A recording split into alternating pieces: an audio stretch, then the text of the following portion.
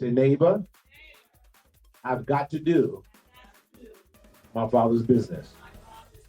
We are so busy doing our stuff that we'll forget it's not about your stuff, but God's stuff. It's been a long journey. You have gone places you wanted to go. You couldn't wait until you were grown, and when you were grown, you did everything that was grown. I don't hear nobody. But God is saying it is time. Look at somebody, say, neighbor, it's time for me to do God's will.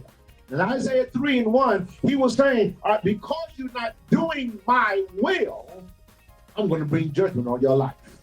A lot of people don't want to talk about God's judgment. They want to talk about God's blessings, and yes, God blesses. They want to talk about God's healing. Yes, God heals. But there is a consequence for not doing God's will. All of us are jacked up. Look at somebody, say, neighbor, yeah, you jacked up too. Well, God, I've done this. God, I've done that. And you don't understand that God knew you were going to do it before you were born, yet he still got his hand on your life. And he said, daddy, you know. But for a second, I don't hear nobody, I lost my son. Well, I'm trying to tell you, as God has blessed you with more, God is saying, don't lose sight on me. As I bless you and as I keep you in your right mind. Can we stop right there? Can we thank God for a right mind? For some of the stuff we have seen, can we thank God for a right mind? For the people who have said so many things against us, can we thank God for a right mind? When you see God one day, when you close your eyes, God will ask you one question: did you do what I told you to do? And a lot of us got a lot of excuses. Well, God, because of this, and well, God, because of that. But do you understand, when God gave you an assignment, he knew that you could do the assignment already? Matter of fact, the things and the hell that you have gone through has made you ready for the assignment. All type of training. Am I right, somebody? And then when he's ready to fight, my God, all of the stuff that he learned, oh, I'm going somewhere, in the past, he uses to fight the enemy in the present. I've come to tell somebody right now that every battle that you have faced has get you ready for God to give you your assignment today. God is saying, I put you through that pain so you can help somebody else get out of their pain. Look at somebody and say, neighbor, I'm getting ready for my assignments. The tears I've shed, and the times I cut myself, and the time I pulled my hair out, and the time I wanted to commit suicide, they were all training to tell somebody else that if I can go through, you can go through too. The devil is slick with that. Yeah, he'll make you feel that what you did is who you are. But no, it was just my training for my assignment. I had to go through that pain. I had to go through that judgment. I had to go through walking alone. God had to take people away from you to understand it wasn't people behind you, it was God in you all along. It was God that picked you up. It was God that supplied you. It was God that gave you the strength to go another day. Because my Roman Simon says, whether you're with me or not, God is with me. It was all God. It was all God. Come on, somebody. Open your mouth. It was all God. Oh, when my mother and father forsook me, it was all God. When no one wanted to be with my friend no more, it was all. Someone say, all God. I told y'all, praise God, that a couple years ago, I was suicidal, praise God. And y'all don't want to be honest, but I'll be honest. I've been there a couple of times, my God. I'm not ashamed that in spite of my foolish thinking, God says you are about to do your assignment. See, the problem is a lot of people are doing things based on their ability and based on what you have. You understand, God is beyond you and me. And if God stepped out on nothing and made something happen, how much more can God do in your life? I was out, come on, I'm in the book, I was out formed and I was void, but when I let the Spirit of God move on me, that's when things started to happen.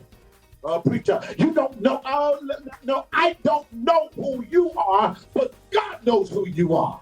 The author and the finisher, God, knew your past before you even started your present. I'll be 58 this year, praise God. Preached over 45 years, and God is still working on me. Oh, some of y'all think that, all right, when I get a certain level in God, God stops working on me. But no. God, oh my God. I'm so glad God is still working on me. God saw what I did yesterday, and God saw what I, come on somebody, God saw what I thought yesterday, and yet he did take his hands off of me, and he said, Bradley, I'm still working on you. Oh, can I tell somebody right now? There's a homemade blessing that God's got for you. There's a homemade dinner that God's got for you. But you got to let God work on you. And God is saying, while I've got your blessing together, while you're on your assignment, get yourself together and let God do the work in you. Let him make you something that you've never seen before.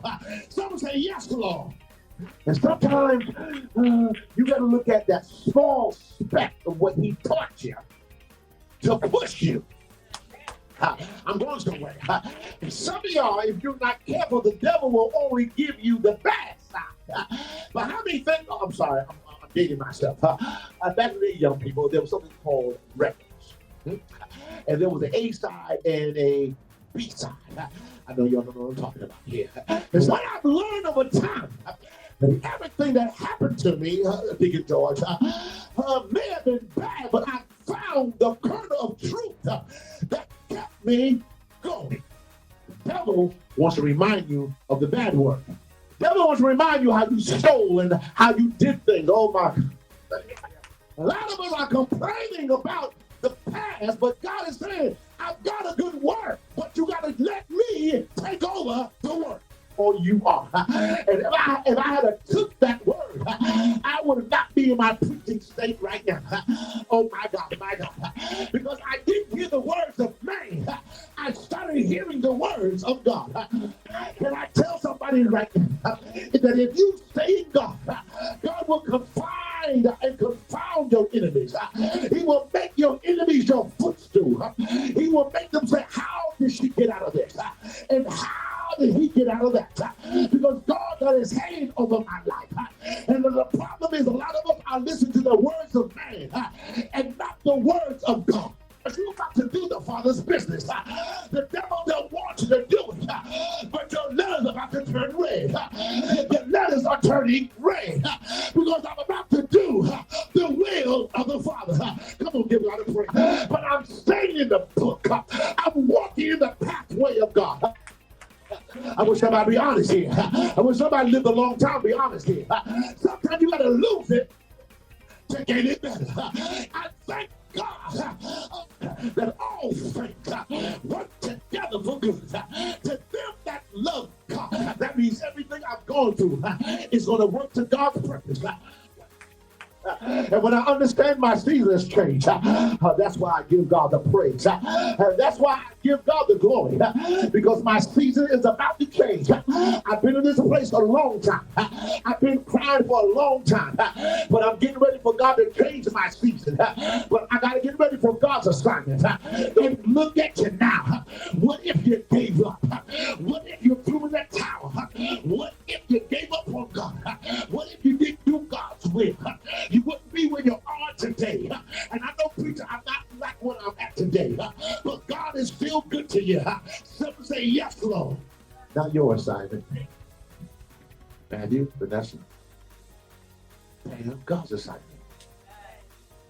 Are you ready to do God's assignment?